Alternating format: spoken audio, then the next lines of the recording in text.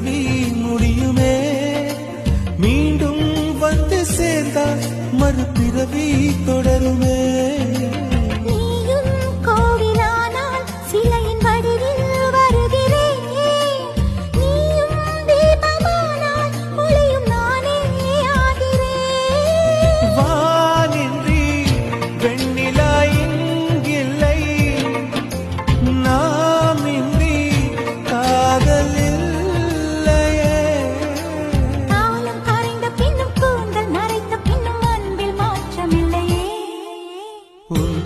சொல்ல